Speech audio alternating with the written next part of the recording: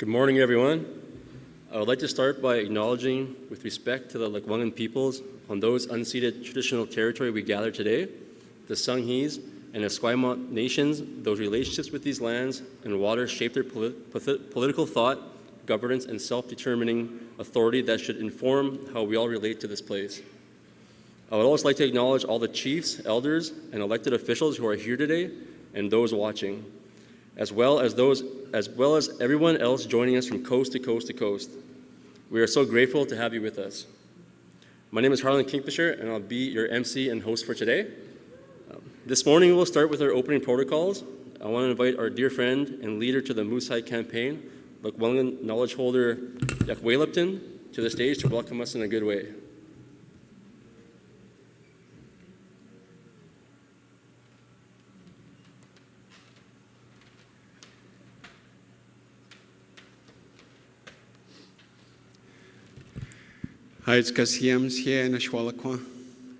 Just like to thank my brother for the introduction.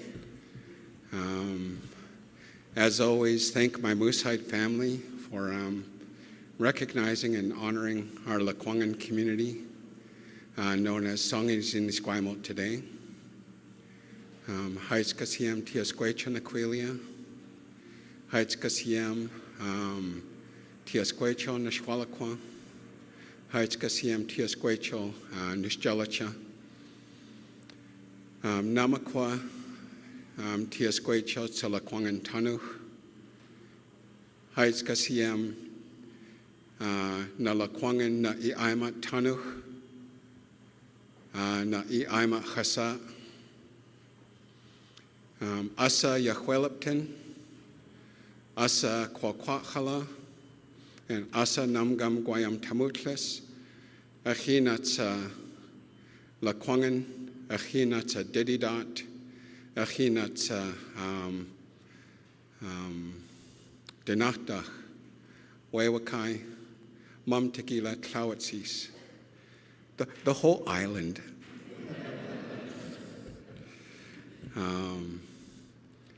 I just saw my beautiful family come in. Hello, my beautiful family. Sorry. So in my language, I just acknowledge and thank each of you for being here today. My family and my extended family. In our translation of Nishwalakwa, it means our immediate family. And Nishjalacha refers to our extended family.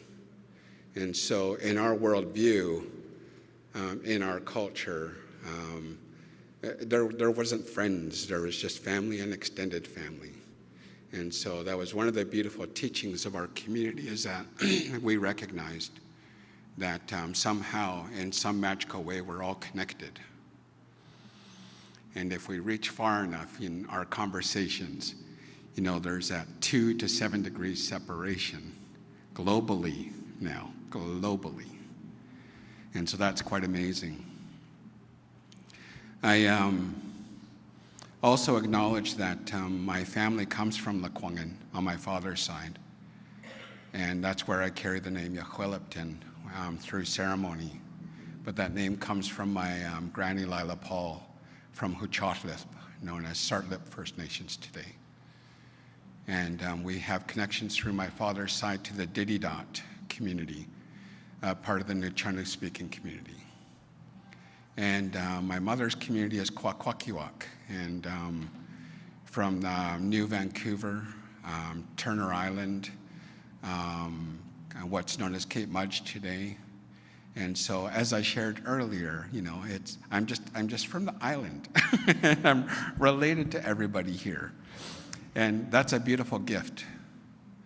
And of course, acknowledged and welcomed each of you to be in this space, to be on these beautiful lands, to be surrounded by these sacred waters that our Lekwungen relatives have looked after since time immemorial. And when I say welcome, it's more in, you know, that gesture of how do we, as family and community, build our relationship and our stewardship to the lands that we call home. You know, what does that relationship look like for you? What does that look like in terms of your relationship and honoring and acknowledging the local communities that you call home? And so that's where we hope to get to. And that's our steps we'll take. So I thank my Moose Height family for always acknowledging the protocols and practices of these lands. It means so much to me, not only as a Lakwanganoch Delnoch, but it also means so much to me that they acknowledge and appreciate and have grown to embrace the teachings of these lands as well too, as we do when we travel. So I'm going to share a song that I composed for the Comox community, and it's a healing song. And the song speaks to self-care first. It speaks to self-care and how we look after ourselves initially in the journey. And then the second verse speaks to how we look after one another in the spaces that we create. And then the third is asking the ancestors to be in that space with us and the supernatural ones. And in that way, we're being guided and being intentional about the work that we do today and how we look after one another. So, thanks, God.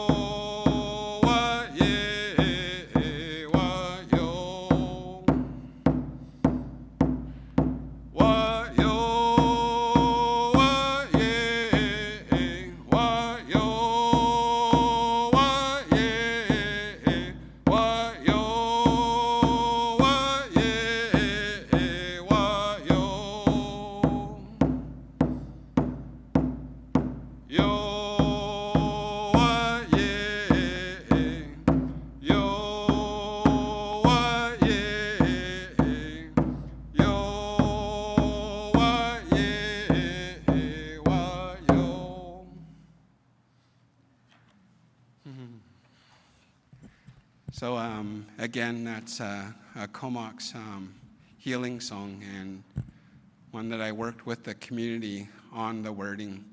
And even though I composed the song, I still had to ask the community for permission to sing that song. And I just love it. I'm kind of biased as well. But just wishing much love to each of you for the day, and let's look after one another today. And I'm going to ask my family, there's some spots up the front here to come forward.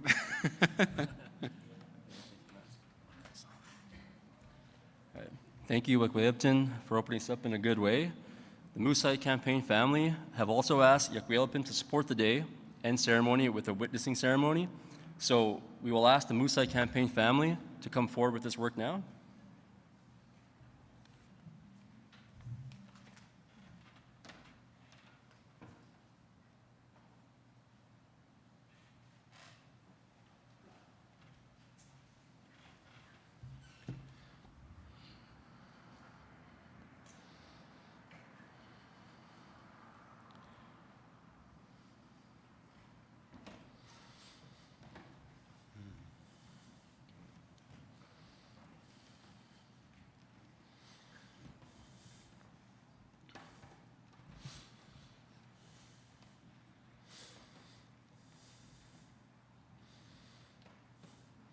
I forgot to acknowledge our family and community that are joining us virtually, and just want to say hello to all our family and folks that are joining us online as well too, and to thank them for taking the time today to be with us in ceremony wherever they may be across this great continent. So, because I think the Moosehide has kind of distributed about 5 million pins out into the universe, and there may be a couple folks that know across the continent as well. And that's way cool. So, my family, just thank each of you again. As I shared earlier, the Moosehide family often calls upon me, and we embrace the teachings of these lands, the protocols of our Lekwungen community and many of what's referred to as our Salish communities throughout southern BC and over into the mainland.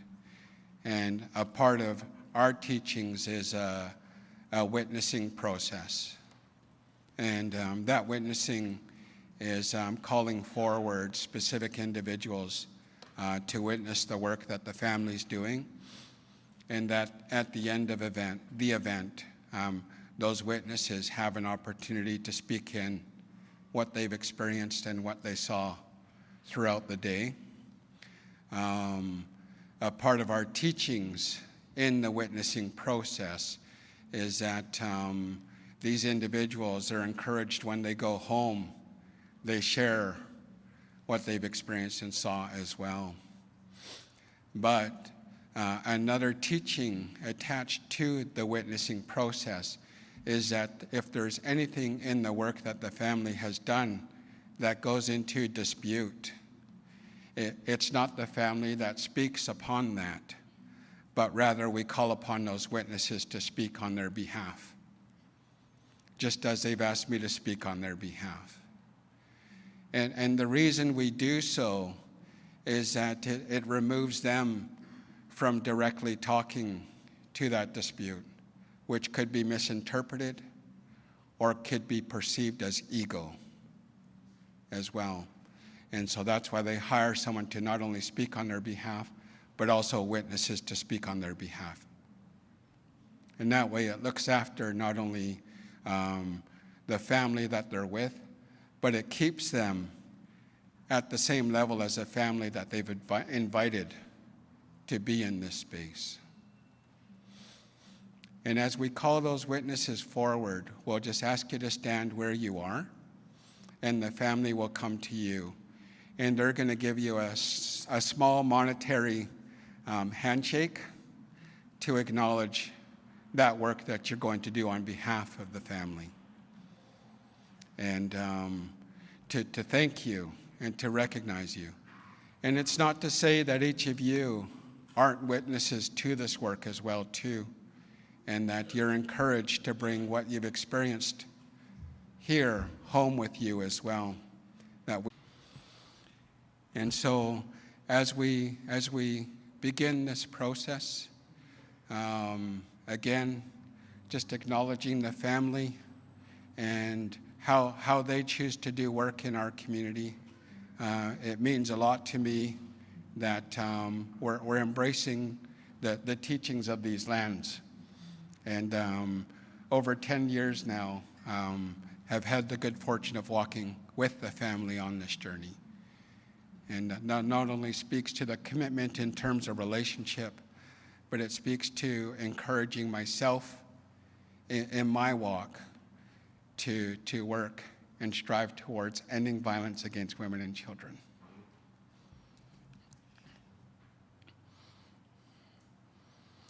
Richard Pelletier, Lush, Lalang and Squaltium.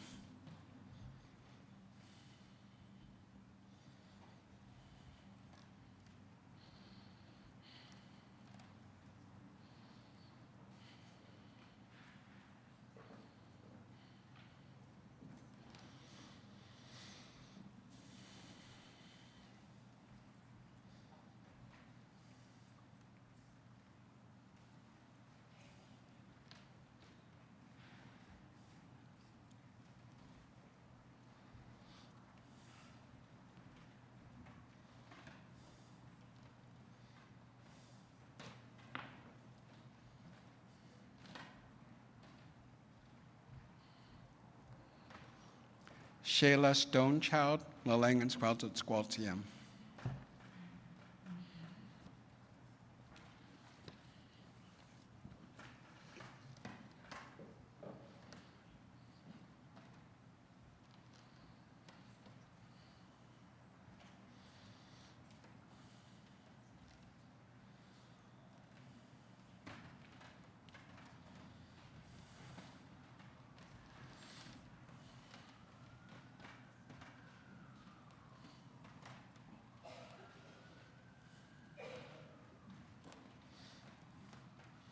Cindy Stevens, Lalang and Squaltium.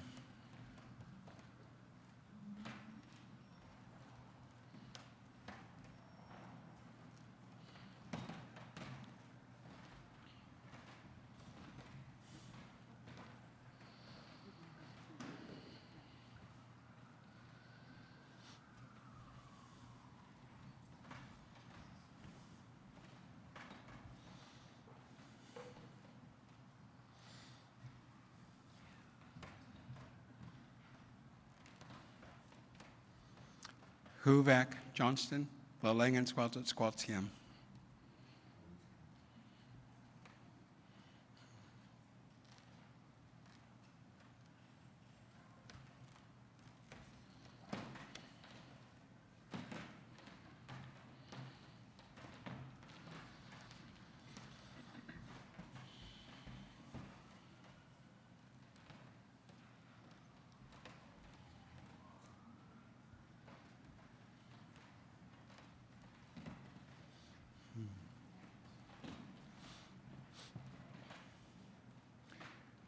Once again, just would like to acknowledge the family and how they've called the work into the space, and to our witnesses, just raise our hands to you for that role that you'll play throughout the day, and that that journey of witnessing is one of the work, but also the experiences you have at the event as well too, and that at the end of the day, our witnesses will be called forward to share in. And so we just raise our hands to you for accepting the work that's been put in front of you. But again, that reminder, it's not to say that each of you as family here are not witnesses to the work, and of course, encouraged to bring that home with you. And again, thank my family for embracing this practice. Haiz kasiem.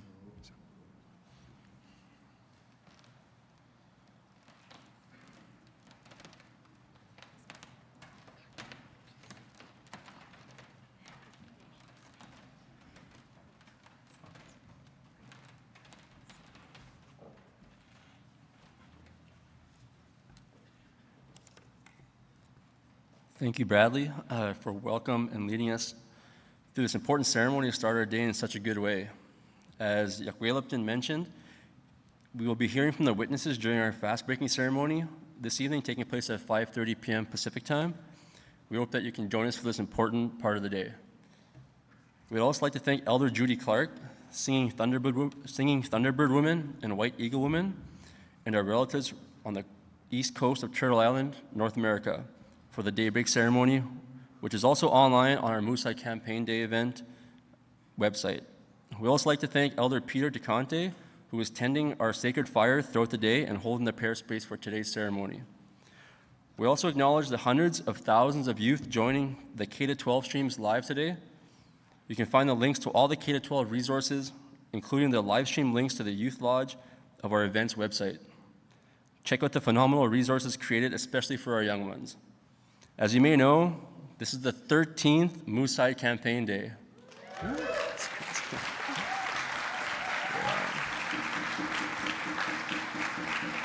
We want to take a moment to thank the many elders and supporters who have helped ensure that we do this work in a good way today. We know that there are many Moosai campaign events happening across the country today, and we are so grateful to all the community champions who have organized these events and supported the work of the campaign. Today, know that while we are not all here in person, we're all connected virtually and in spirit as we go through the day. Well over 500,000 Canadians are taking part in the Moosai campaign events today. That's crazy. I want to acknowledge that many of you are fasting with us from across the country and throughout Turtle Island and beyond. We are deeply grateful for you for this personal sacrifice. I know that today is a challenging day for a lot of us and our families, so please show compassion for others, but also feel pride in yourself and your family for undertaking this difficult journey with us. For those of you joining us virtually, I want to ensure each of you that we have worked to create a safe, supportive environment for today. Should you need additional support on resources, we encourage you to visit the Wellness Center on our event page, which has resources and health supports, as well as videos for those fasting, elders' teachings, and lots of other helpful information. The event website can be found at events.moosaicampaign.ca. To our virtual audience, after this morning's plenary, you'll have a shortness wellness break until 10:30 a.m. Pacific time. At that point, we invite you to attend the live and interactive workshops. They last 75 minutes and are open to anyone who wants to join. Workshop registration is still open. If you haven't registered for the workshop yet, you can still register via the workshops page on our event website. Once the workshops end at 11:45 a.m. PST, we invite you to prepare for the walk to end violence. We will be streaming the program on our event site.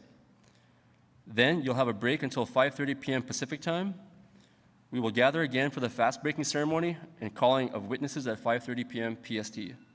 For those of you east of BC who are fasting and want to break your fast at sundown where you are, you can view our pre-recorded fast-breaking ceremony video in the Fasters Fire section of our event website. To everyone joining virtually, we ask you to bear with us in case we have any technical difficulties, but also know there has been a lot of work and support to make this technically smooth as possible.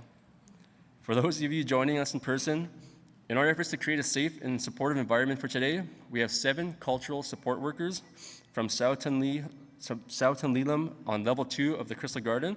They'll be offering smudging, cedar, spruce, hemlock brushing, and eagle fan brushings. We also have counselors sitting at the back of the room if you're looking for added support. Maureen and Eve, can you put your hand up, folks, so people can recognize you?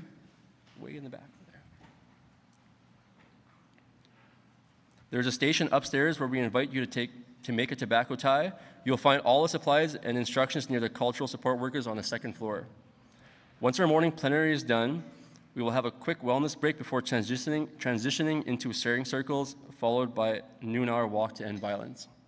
Finally, for those of you who are active on social media, we would love to see your photos and how you're taking part today and every day to end violence against women, children, and all those along gender continuum.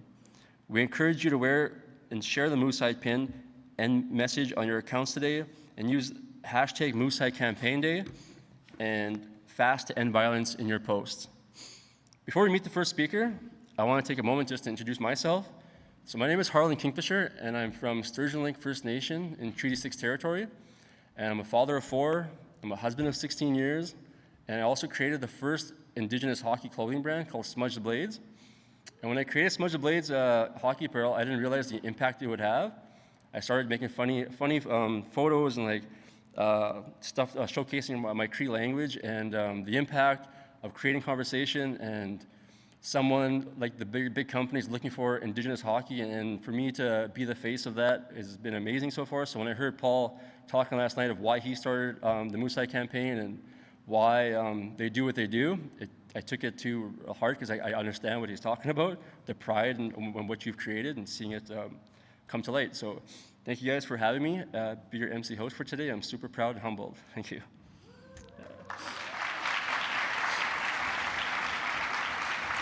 For our first speakers, it is my honor to welcome Raven and Paul Lacerte, co-founders of the Moose Hide campaign. Welcome, Raven and Paul.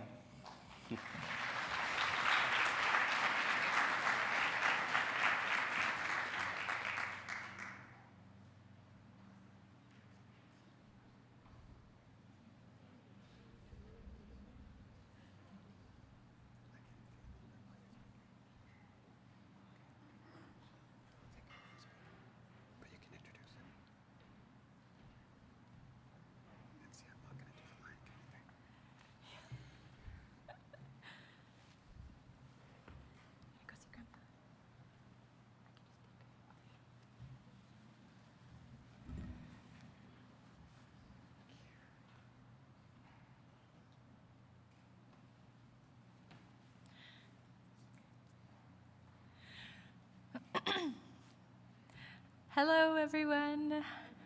Hi. I am so grateful to each of you for being here today, in person and online. Thank you from the bottom of my heart. I'd like to start with a few words in my Indigenous language. Hadi, Denedzat Sekedzat, Raven Lacerte Sudney, Loretta Madam Slew, Paul Lacerte Spa, Saigana Lachshabu Injan Yin Klaktene Keoch, Tabisna Chelia Injan Lakwangin Keoch. Greetings, my respected relatives. My name is Raven Lacerte.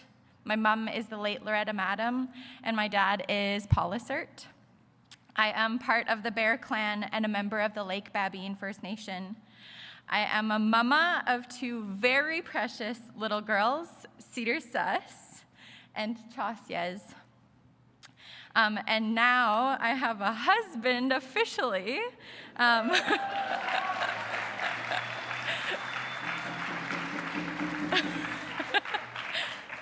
Dominic Paul. I gratefully acknowledge that we are gathered today on the traditional territories of the Lekwungen-speaking peoples territories, the Songhees and Esquimalt First Nation. And I want to thank my amazing relative, Yehuel Lipton, for the beautiful welcome. I'm the co-founder of the Moose Hide campaign together with my dad, and I'm incredibly honored to be here with you today. As many of you know, the idea for the Moose Hide campaign started from a hunting trip along the Highway of Tears. And over the past 13 years, that idea has turned into a national movement. Each and every one of you gathered today are part of that movement. We are a community of change makers. We stand for love, and we are determined to end violence against women and children in this country. I want to take a moment to acknowledge that we are in ceremony today, that this work we are doing is sacred. And if we're doing work together in a good way, in a sacred way, then we're in ceremony. And that is so powerful. It will help us accelerate the change that we are seeking. I want to acknowledge those who are fasting today. I want to raise my hands to each of you and say thank you.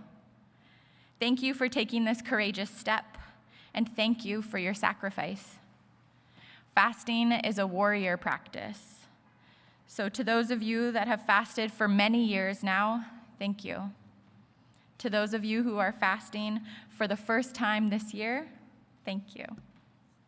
And to all of those of you who are taking a stand against violence today in your own powerful way, thank you.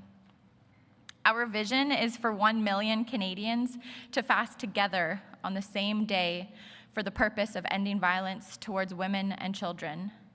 And I want to invite you to be part of that vision.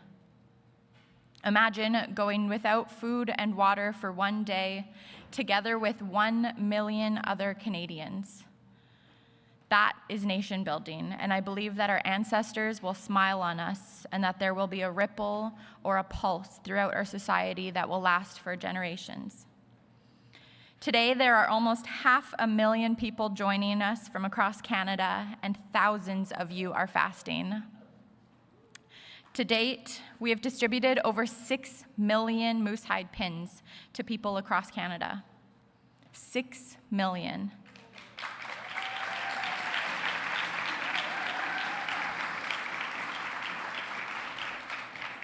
And so what does that mean? I've been asking myself that question. I believe it means that women and children are safer in this country and that they are experiencing less violence. It means that fewer women will be murdered and that fewer women will go missing.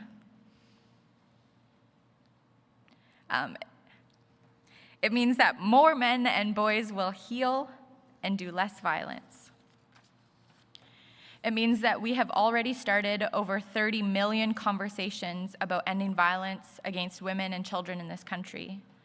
And it means that people in communities across Canada are organizing and taking action to protect the women and children in their lives and in their communities. And I know that it means a lot to women who are experiencing violence and women that are fleeing violence. Many women have shared with me that it is healing to see more men and boys standing up against violence, and that it is creating hope to see more and more men and boys stand in a spirit of love and accountability. Fasting and ceremony are an important part of our theory of change. Violence against women and children is a complicated issue, and it's important that the efforts of the Moose Hide campaign are as effective and impactful as possible in getting us to our desired future state. A future where women and children and all those along the gender continuum are free of violence and treated with nothing but love and respect. So it's critically important that we reflect on this question: how can we have the greatest impact possible in ending violence against women and children? And I want to invite each of you to continue reflecting on that question. Have a conversation with your family, your school, your workplace. Make a plan, take action. It's up to each of us as individuals and as a collective. This is how we've grown the Moose Hide campaign from an idea to a national movement. People across Canada, like each of you, have heard about this cause and decided to take action. Millions of healing conversations have happened. People all over Canada are ordering moose hide pins and handing them out. Hundreds of moose hide projects have been launched and then scaled within different sectors and institutions, and thousands of community-based projects and events have taken place. My contribution going forward is that I will continue to lead our impact measurement work to ensure that our efforts are having the greatest impact possible as we continue to grow the campaign. And I will continue serving as the lead spokesperson for the Moose Hide campaign. What will your action be? What is the greatest impact that you can have? I want to ask my dad to share a few words as well, but first I just want to thank you. As a woman, as an Indigenous person, as a mum, thank you from the bottom of my heart. Merci Cho, I love you all, and I'm honored to stand in solidarity with you all today. Merci.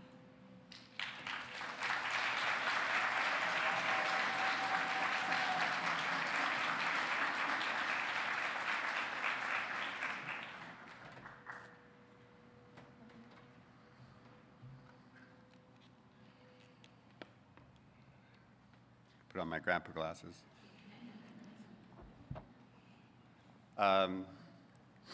Yeah, I think I just want to comment about what an honor it is to stand on the stage with you. And I wanted to say how much respect I have for you. We had Chauce up here, so we had 3 generations on the stage here. And my mom is here, so we have four generations of our family here. This is also generational healing. A lot of us are healing in the context of genders and generations.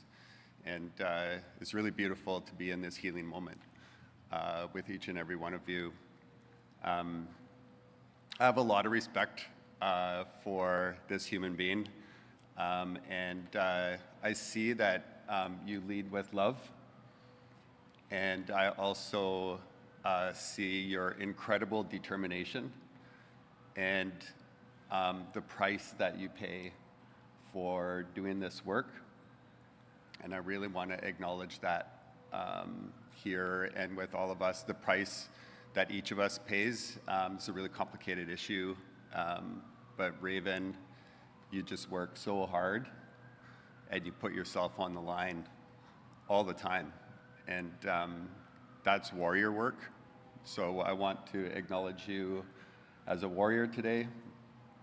I want to really humble myself to you and raise my hands in respect and to say thank you. It's totally awesome to get to be your dad.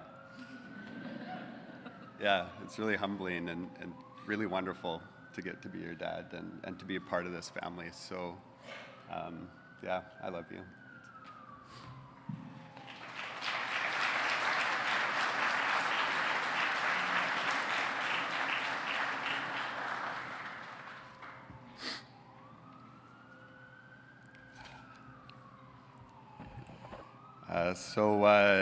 Deneza, Tsekeza, Daicho, greetings, my respected relatives. Paul Lacerte Sadni, Kan Gilam Gilo Sadni. My English name is Paul Lacerte. My traditional name is Gilam Gilo. Gilam Gilo was given to me by a dear friend and hereditary chief, Wedledi Spek, and it means that it's somebody that decides to go in a direction and then bring a whole bunch of people with you.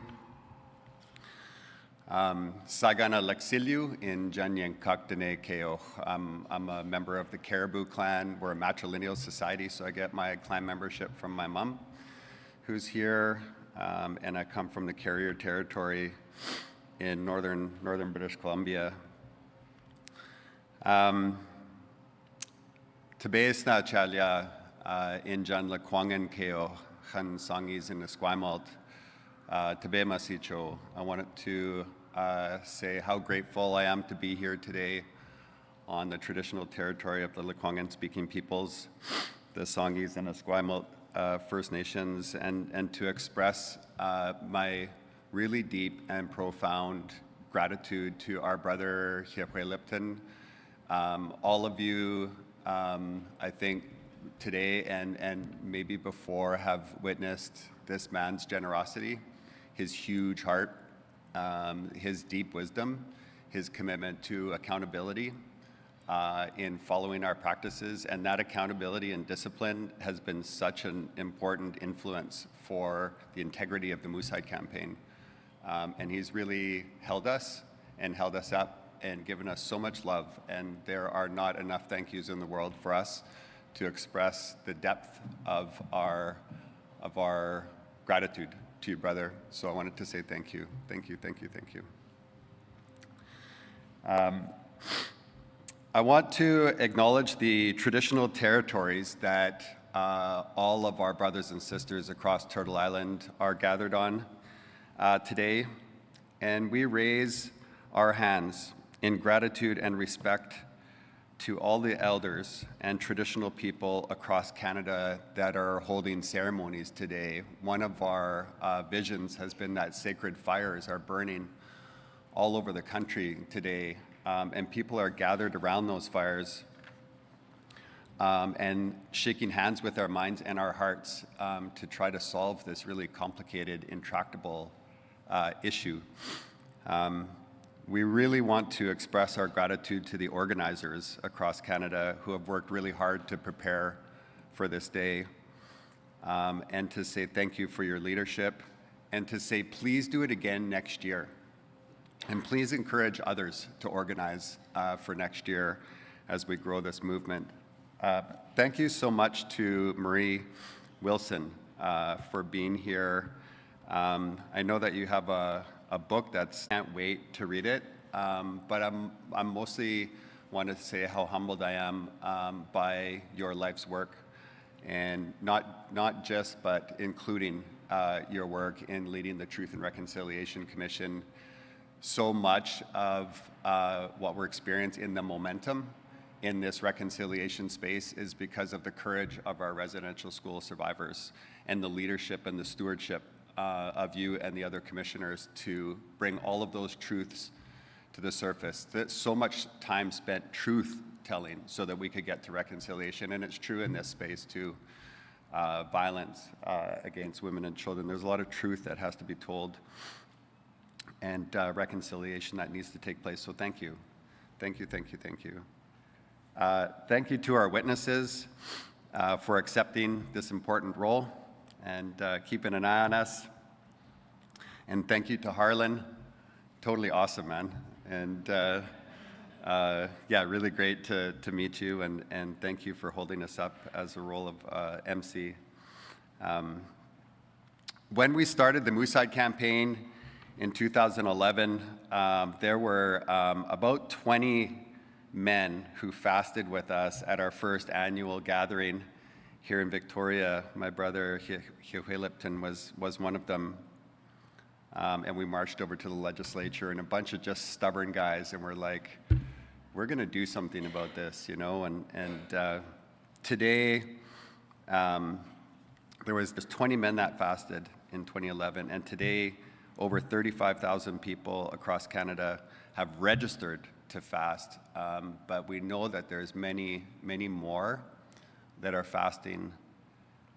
When we came up with the idea for the Mooseide campaign, it was just Raven and I in the forest along the Highway of Tears, and today over 500,000 people are participating in Mooseide Campaign Day, and there is strength in those numbers.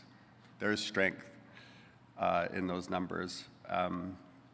We all have a shared responsibility to invite more and more people into this journey and to get behind this important cause. I want to thank and acknowledge each and every one of you for taking the time today to show your commitment to end violence against women and children and all of those along the gender continuum. And I want to say that what you're doing today is honorable.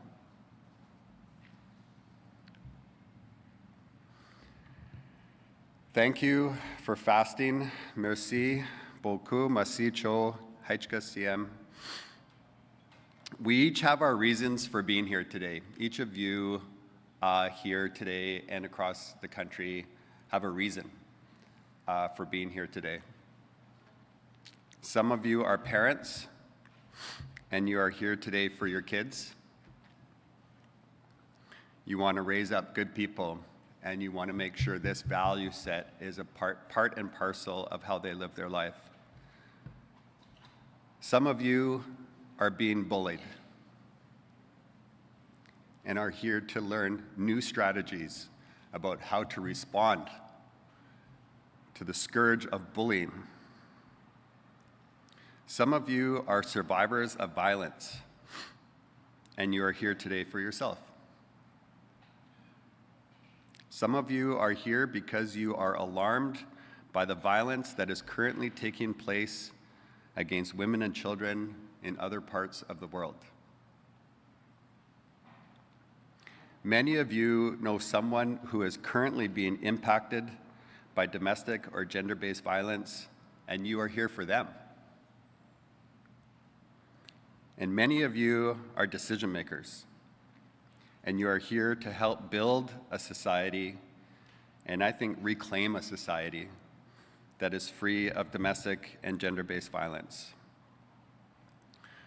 Whatever your reason for being here and in the communities across Canada, we hope you receive love and hope and inspiration and healing today. We hope you finish this day with new skills and increased capacity to affect positive change. This is also a special day for the Moosehead campaign because we are birthing something new today. It's called We Are Medicine, and it is an invitation to an online learning journey. It is an opportunity to take a deeper dive into this really complicated issue, to receive teachings from traditional knowledge keepers across Turtle Island, and to continue your journey of self-discovery. When we first started the Moosehead campaign, we knew that we needed to invite more men and boys into this conversation. The vast majority of domestic and gender-based violence is perpetrated by men. Yet, it was clear that women were not only being forced to bear the burden of domestic violence, but that they were also bearing the burden of advocacy to make it stop. So the question we had, and the question that I had at the beginning of all of this, was, where the heck are all the men and boys? Where's all the guys? This is not a woman's problem. This is all of our problem. And why are we not stepping up to do something about this? I know there's so many healthy brothers out there, young and old, that are not okay that this is such a huge reality. Just in British Columbia alone, last year, there were 60,000 reported cases of domestic assault. Just in British Columbia, and that's reported. This is one of the most unreported or underreported crimes. And just in British Columbia alone, there were 60,000 reported cases. So we need to do more.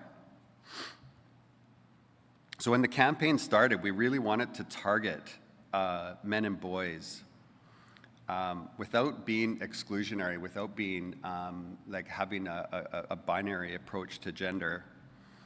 And it really started to work.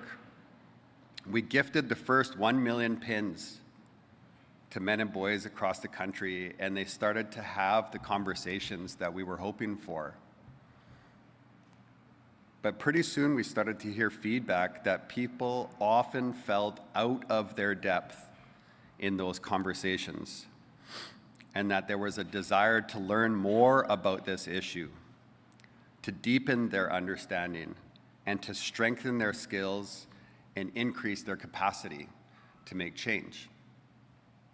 The story that stands out for me is a gentleman from Ontario shared with me that he was in a Starbucks lineup and he was wearing the Moosehead pin. And a woman was standing beside him and said, "Oh, what is that thing you're wearing?" And he said, "Oh, it's a piece of Moosehead. I'm standing up against violence. It's not right." And the woman said to him, "Thank you so much for doing that. I'm currently living at a transition house." And his response was, "What's a transition house?" And the note that he sent to me was, "I really want to be a part of the solution, but I really need to understand this issue more." I couldn't even make a referral to the local transition house because I hadn't done the research. I didn't know that to be an effective ally in this space, that I need to do the research and understand where those support services are so that I could make a referral as part and parcel of what I might be able to offer, the good medicine that I might be able to offer, or to the local Native Friendship Center, you know. So we've been on a journey over the past few years to create We Are Medicine in response to that need. And we are very honored and excited to birth it today.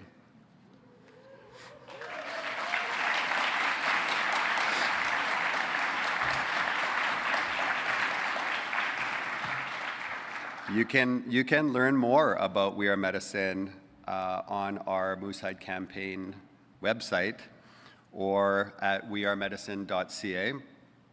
And please help us spread the word. I wanted to end with a few special thank yous. We had an opportunity to gather last night at Wawaditla and honor Jean Smith, but I wanted to say it again today. Thank you to Jean Smith and her beautiful family for all of your love, your support, and your incredible work.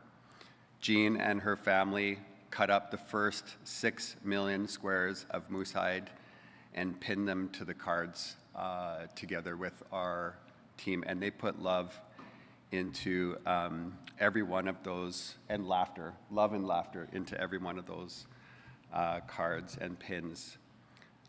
Thank you to a few of our partners. Thank you to Marissa and the team at TELUS.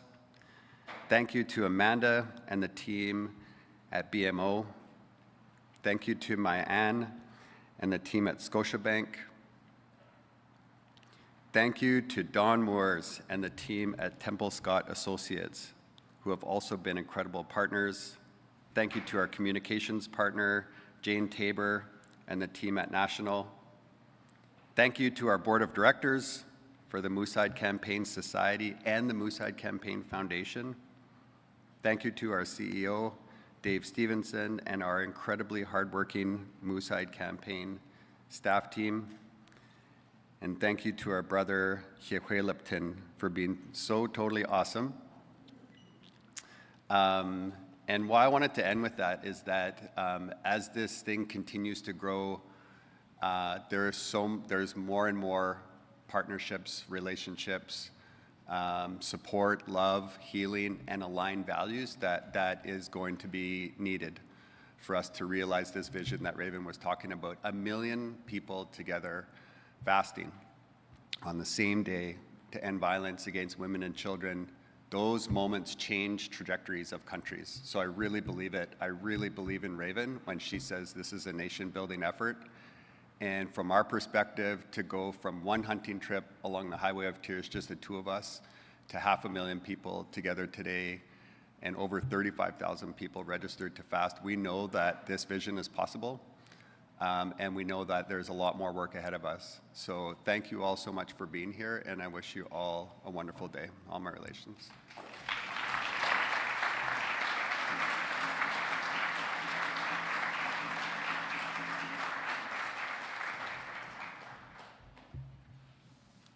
Thank you, Raven and Paul, for those powerful words. We were so grateful for your gifts shared across the nation today. It's now my pleasure to welcome our keynote speaker, Dr. Marie Wilson.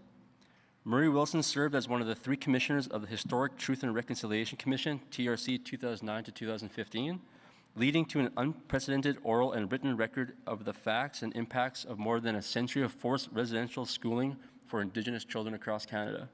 A prominent public speaker throughout Canada and internationally, she brings acknowledged expertise on the successes and challenges of advancing reconciliation.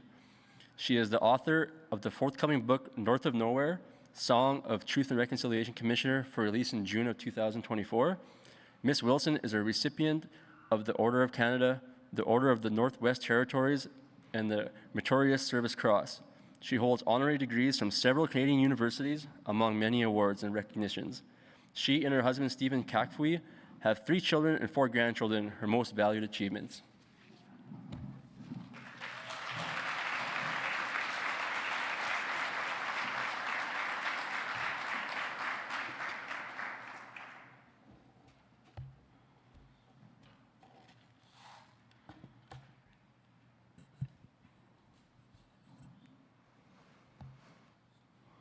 Good morning. I wonder if you know how beautiful your faces all look and how radiant and sacred this space feels and sounds to me. And to all of you joining online, I want to begin for all of us by saying, Newitzinemasi. We give thanks for the gift of this day and for the grace that has brought us all safely to it. And thank you to our elder for the very beautiful welcome to your Lekwungen territory and the Songhees and Esquimalt nations, and for your teachings about protocols and all that you've offered us. Thank you so much to, I'll say, the Moosehead family for the very generous invitation to be here. And Harlan, thank you as well for your kind words of introduction. Thank you also for showing me that it is possible to humbly promote your products, because I intend to make reference to my book. I want to also tell you that I carry a name that's very special to this place. I was given a name in adoption by one of your elders, Barney Williams of the Nuu-chah-nulth Nation, and the name that he gave me in family is Chakwasaquithlam. And it was in the early days of the Truth and Reconciliation Commission, and the teaching that he gave me with that name was that it's the meaning of the dorsal fin of the humpback whale. And he said it's essential for strength and endurance and balance. And you will be needing all of those things for your work with the Truth and Reconciliation Commission. So I share that name with you today humbly, and knowing the honor that is embedded in it, in the gifting of it to me and being part of Barney Williams' family, adopted into his family. We come today from the Northwest Territories. Our family, our immediate family, is from Kashagotene in Treaty 11 of the Dene Nation, community also known as Fort Good Hope. But we've lived for many, many years in the homeland of the Willowday peoples, Chief Dragi's territory of Treaty 11 in Yellowknife. And we're very happy to be here today, and reference was already made to our children back home and our grandchildren, who are a big part of why I do my part of this work, and why I think the work that is being done by the Moosehead campaign is so important. So if you'll allow me to share some reflections, it is a way, I hope, of showing how these are not separate stories, how these stories are all the one story. And they are the story of Canada. They are the story of all of us, and how we choose to live with each other and in this space and in this place, and with all our relations, as has been said so beautifully. As you remember, the Truth and Reconciliation Commission moved throughout the country for over 6.5 years. We were listening to the experiences of survivors, some of you in this room, and the impacts of forced residential schooling on your lives and the lives of children and grandchildren. I took that journey with my two commissioner colleagues, the Honorable Murray Sinclair, who was our chair, and Chief Dr. Wilton Littlechild. But I was the one non-Indigenous commissioner, and I have always felt that it was important to point that out, because the continuing work that we have before us as a country is the work of all Canadians, young and old, Indigenous or not, including all newcomers to Canada. It is for all of us gathered here today, for all of those joining us online, and for all those who have not yet found their way into these circles, these uplifting circles of community. We had a theme for every one of the regions where we worked with on the 7 sacred teachings of many of North America's Indigenous nations. And the late elder Dave Corshane Jr. of Manitoba wrote a book explaining his understanding of those teachings as they had been given to him. The theme for British Columbia was honesty. And so I want to refer to that today. Here's what Elder Corshane had to say about the traditional teaching of honesty. As you work to live a good life, always be honest with yourselves and others. To be honest is to speak from your heart. Be honest with who you are and whatever you speak, but make sure your words show kindness. So today I want to tell you from my heart how honored I am to be here as part of this national movement, this national Moose Hide campaign.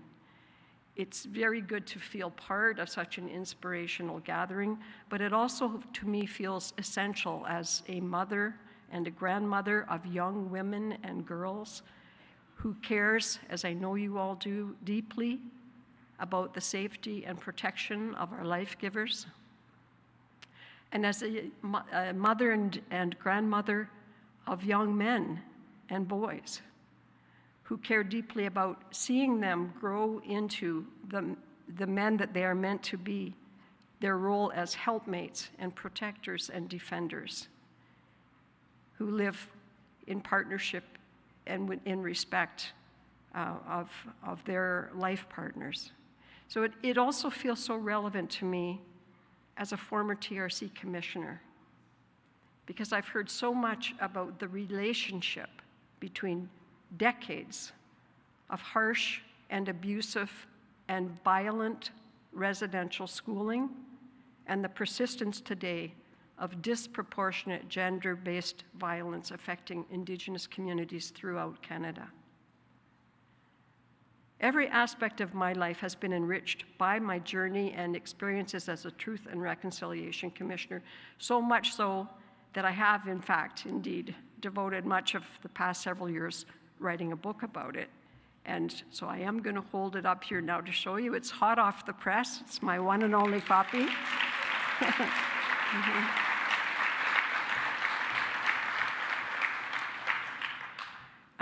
And it's called North of Nowhere. Those of you at the back probably or may not be able to read it, but it's called North of Nowhere, Song of a Truth and Reconciliation Commissioner.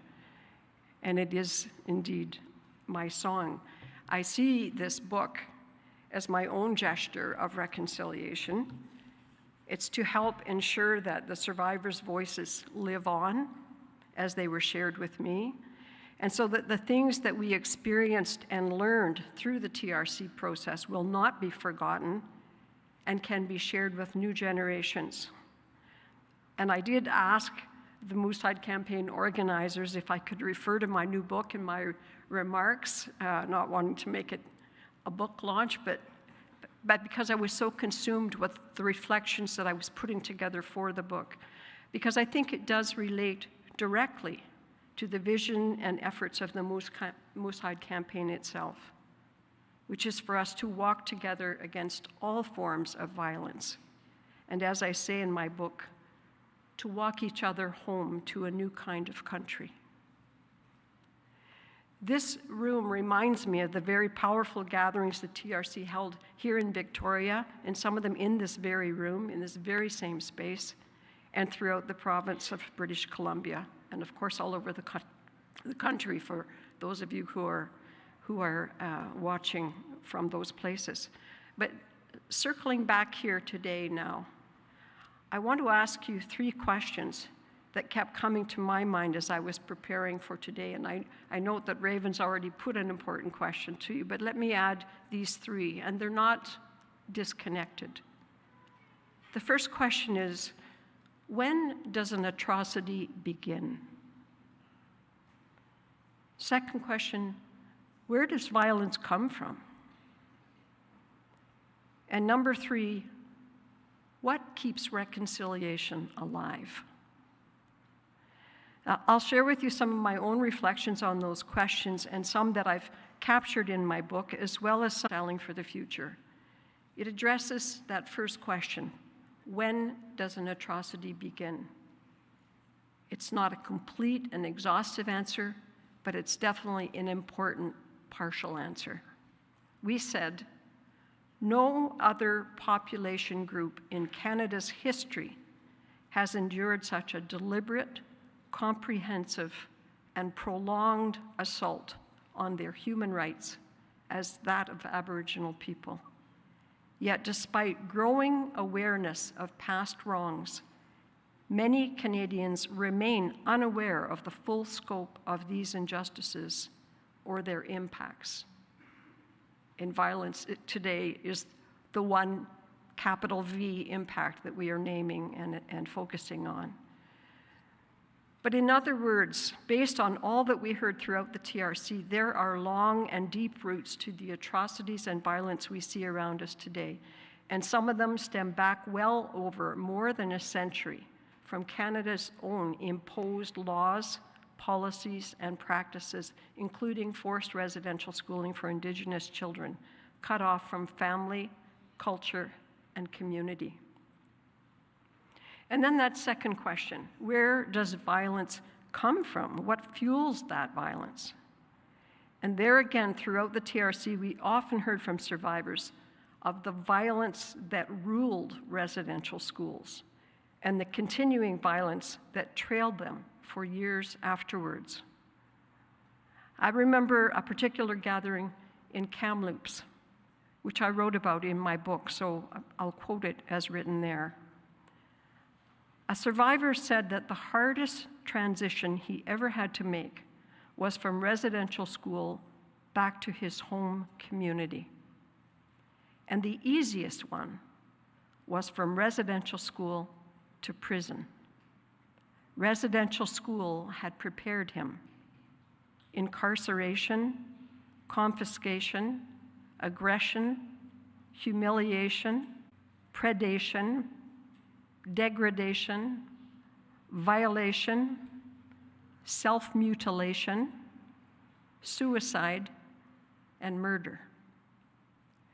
They explained how loss of family, language, and traditional skills led to loss of identity, how grief, rage, and violence led to despondency, addiction, and crime.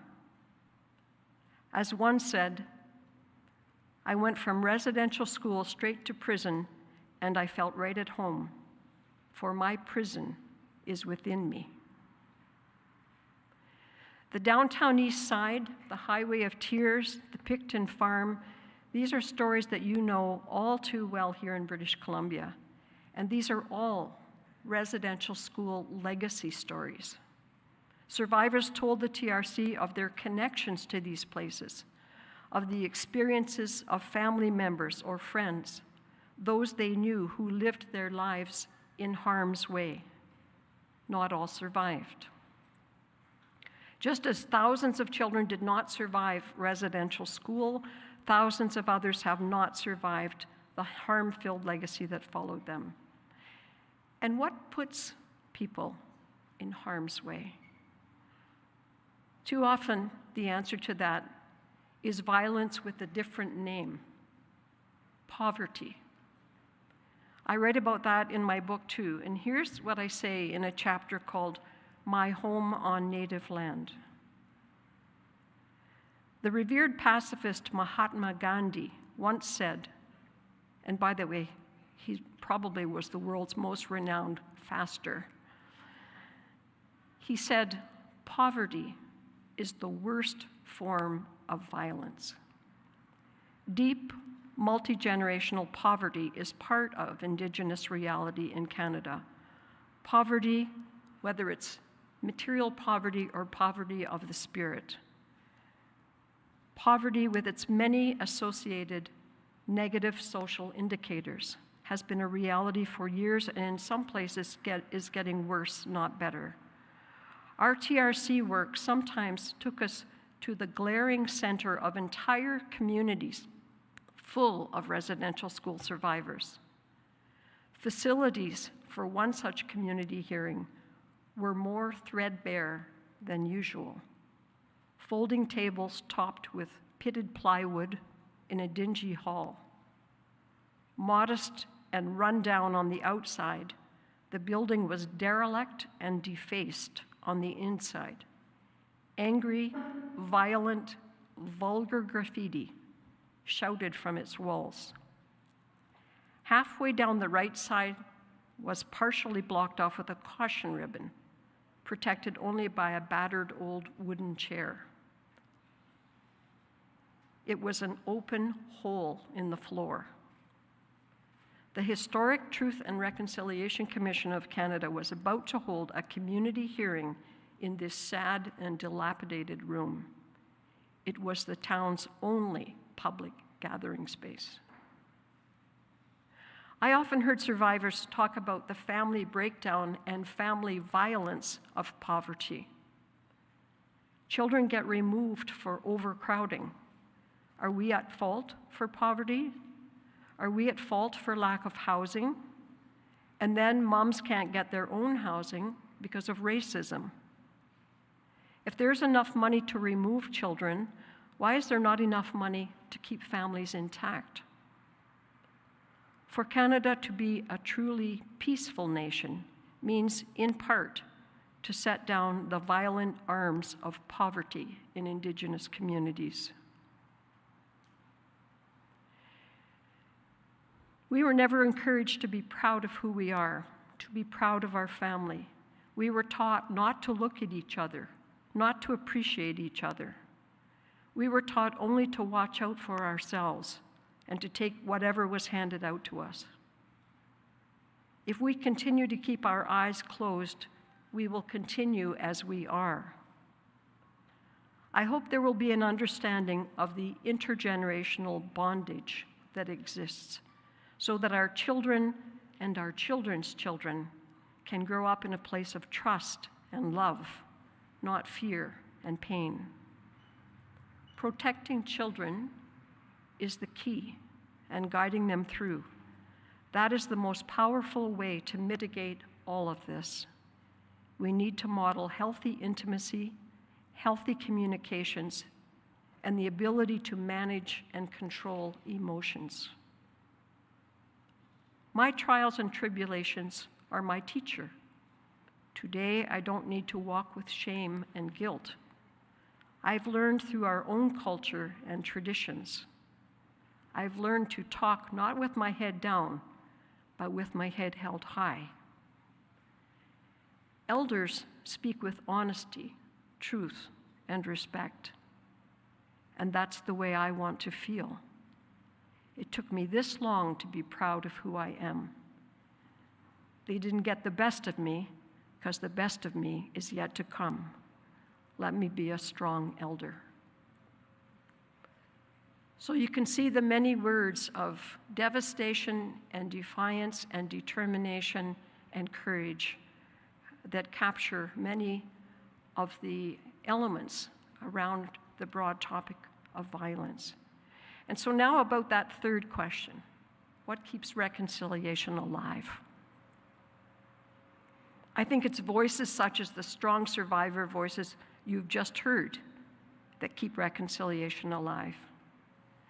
I think it's the vision and determination and commitment of Paul and Raven Lacerte and David Stevenson and all the Moose Hide campaign team that keeps reconciliation alive. I think it's the presence, the goodwill, and the active involvement of all of you here, in person and online, as we learn together, fast together, and walk together, that keeps reconciliation alive. As we concluded in our TRC work, reconciliation is about establishing and maintaining respectful relationships between Indigenous and non-Indigenous peoples as equally respected members of the human family. That's what keeps reconciliation alive. So let me offer a final few reflections on the spirit of reconciliation as I see it, embedded right within your name. I want to honor the moose. The National Moose Hide campaign is built on a powerful symbol of respect, generosity, and relationship, the moose. I've told you we're from the territories. I've lived there for nearly 50 years with my family, though I'm originally from southern Ontario, in the homeland of the Dene. And it is a people that is interdependent with the moose. I don't know how many of you have ever seen a live moose up close. I know there's a magnificent hide that welcomes us in the front door here today. But I have, and they are huge and powerful animals. And they are among the most generous of animals. Over the centuries, the mighty moose has provided its skins for making boats large enough to transport entire families hundreds of kilometers, along with their dogs and all their gear for living off the land. Moose have provided their bones for making tools and other body parts for sewing supplies. Their hides have become tents for shelter, and clothing and footwear to warm and protect. Their outer hair is trimmed and sculpted to become jewelry and other works of art. And of course, nutritious and delicious moose meat has sustained generations of people who have depended on it for survival in some of the harshest conditions on the planet. It is still common practice in our family's community of Fort Good Hope for harvested moose to be divided up and distributed throughout the family and community, making sure that elders and families and mothers and children have a piece.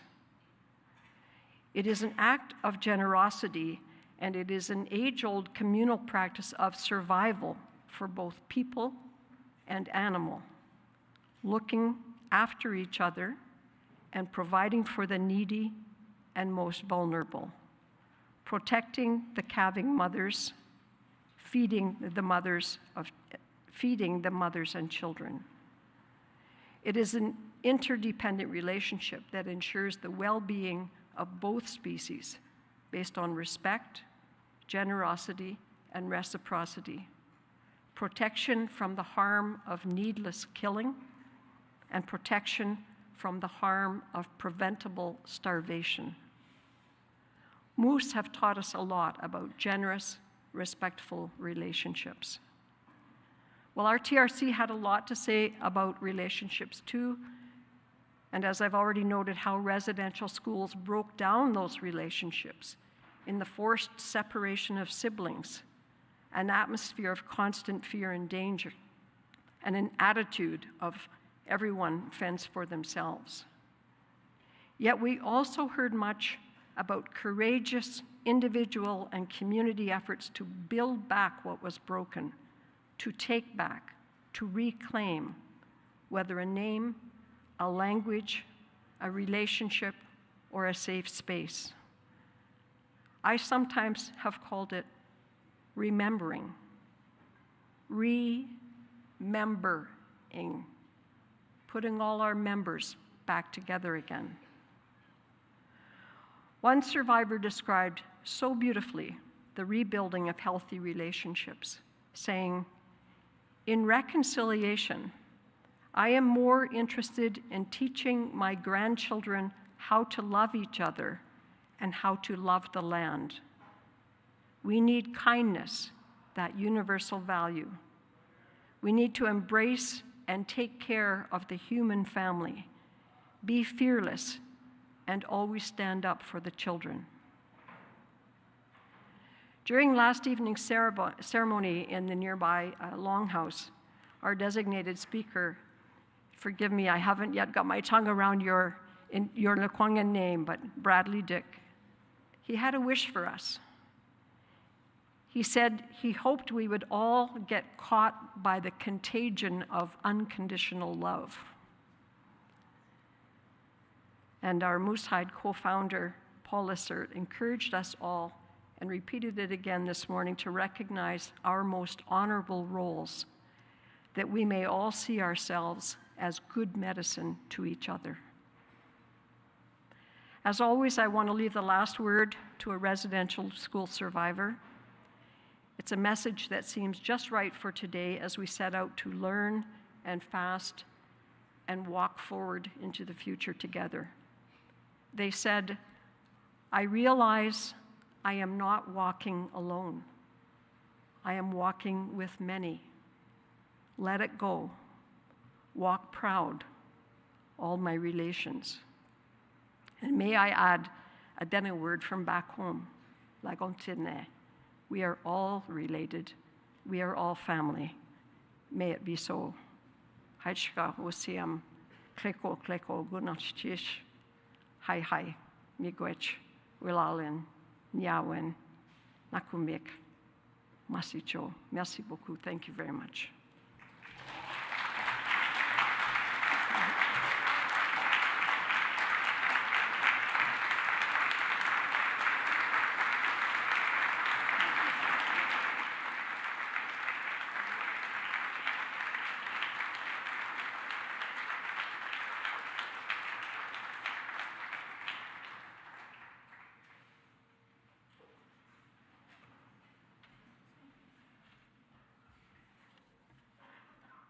Thank you, Marie. We are so honored to have you here with us in person for today's gathering.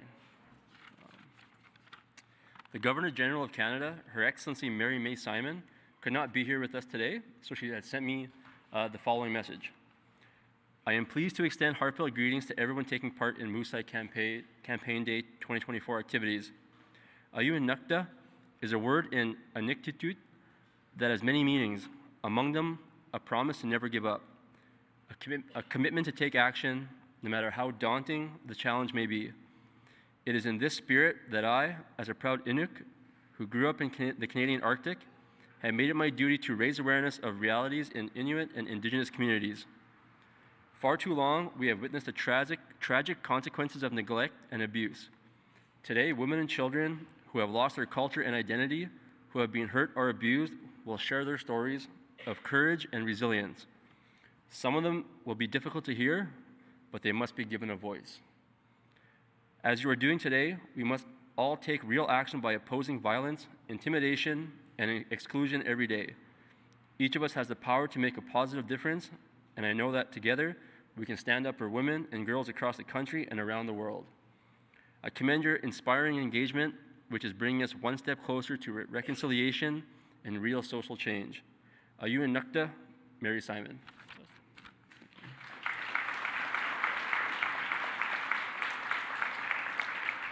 As we head into the wellness break, we have a few important notes. If you're looking for something to do in your wellness break, we would love to see your photos of how you're taking part today and every day to end violence against women and children. For those of you here in the Crystal Gardens, hang tight for a few moments while I set up what's next for our virtual audience. Virtual workshops will begin at 10:30 a.m. Pacific time.